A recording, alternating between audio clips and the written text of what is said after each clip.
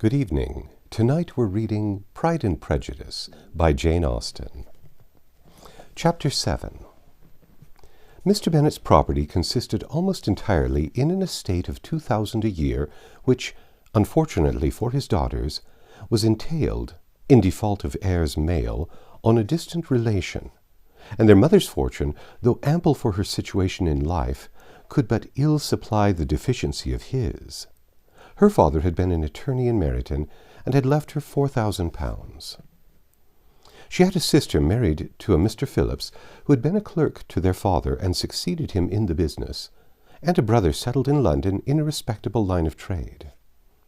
The village of Longbourn was only 1 mile from Meryton, a most convenient distance for the young ladies, who were usually tempted thither 3 or 4 times a week to pay their duty to their aunt and to a milliner's shop just over the way.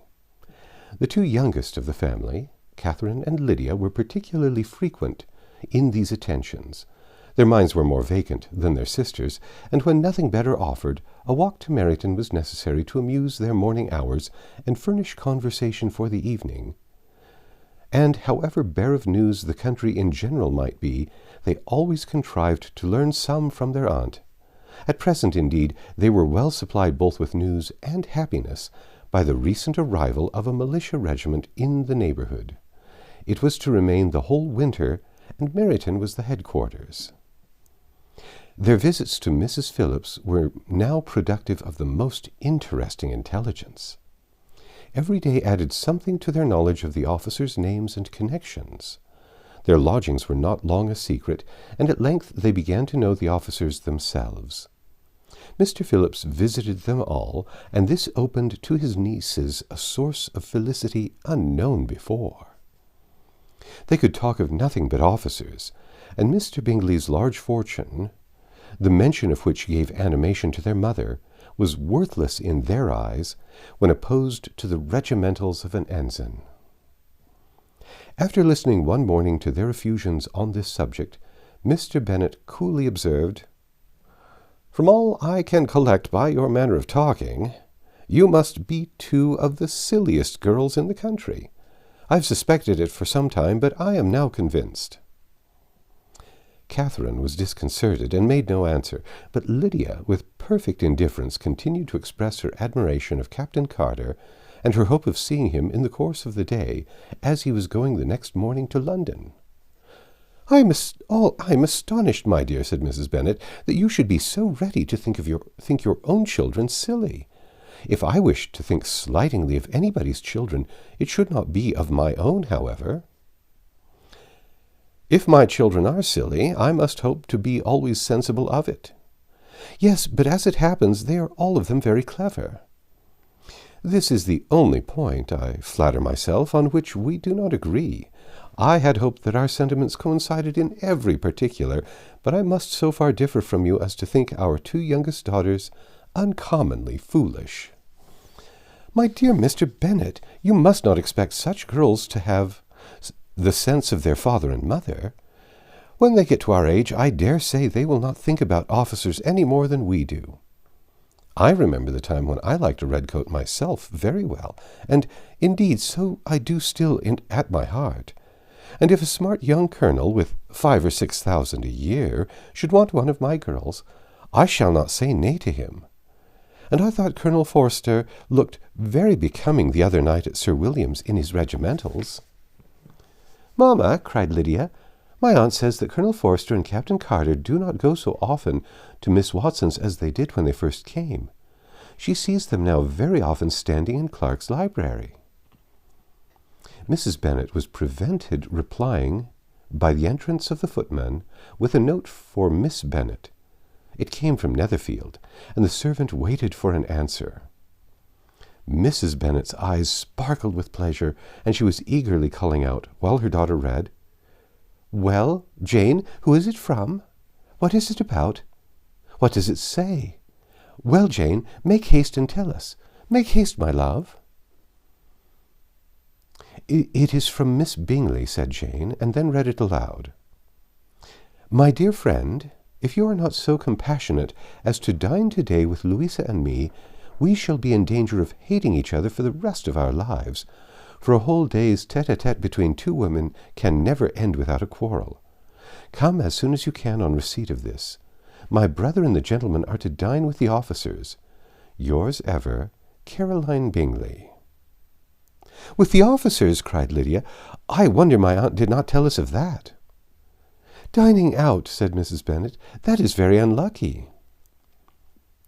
Can I have the carriage? Said Jane. No, my dear, you had better go on horseback, because it seems likely to rain, and then you must stay all night. That would be a good scheme, said Elizabeth, if you were sure that they would not offer to send her home. Oh, but the gentlemen will have Mr. Bingley's chaise to go to Meryton, and the Hursts have no horses of theirs. I had much rather go in the coach. But, my dear, your father cannot spare the horses, I am sure. They are wanted in the farm. Mr. Bennet, are they not? They are wanted in the farm much oftener than I can get them. But if you've got them today, said Elizabeth, my mother's purpose will be answered. She did at last extort from her father an acknowledgment that the horses were engaged. Jane was therefore obliged to go on horseback, and her mother attended her to the door with many cheerful prognostics of a bad day. Her hopes were answered. Jane had not been gone long before it rained hard. Her sisters were uneasy for her, but her mother was delighted. The rain continued the whole evening without intermission. Jane certainly could not come back. This was a lucky idea of mine, indeed, said Mrs. Bennet more than once, as if the credit of making it rain were all her own.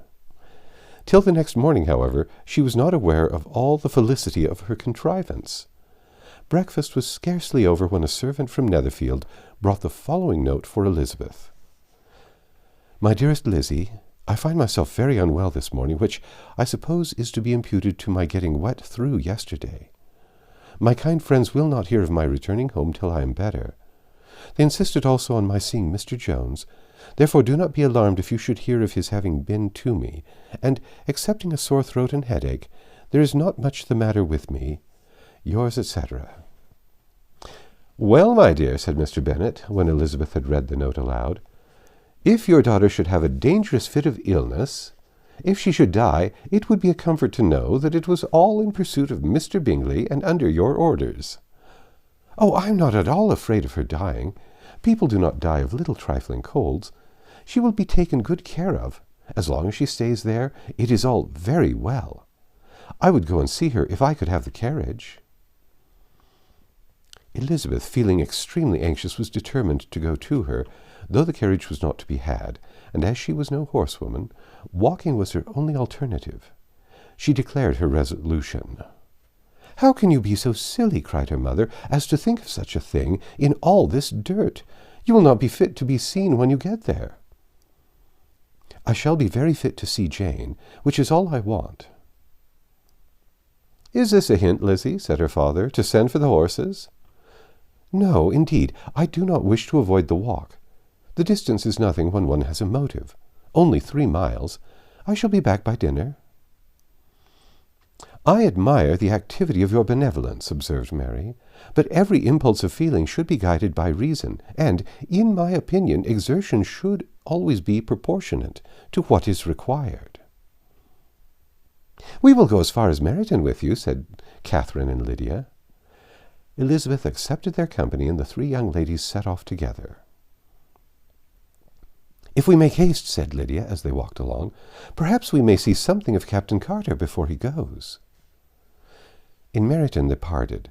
The 2 youngest repaired to the lodgings of one of the officers' wives, and Elizabeth continued her walk alone, crossing field after field at a quick pace, jumping over stiles and springing over puddles with impatient activity, and finding herself at last within view of the house, with weary ankles, dirty stockings, and face glowing with the warmth of exercise.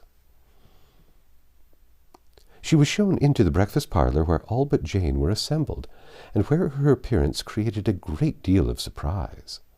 That she should have walked 3 miles so early in the day, in such dirty weather, and by herself, was almost incredible to Mrs. Hurst and Miss Bingley, and Elizabeth was convinced that they held her in contempt for it.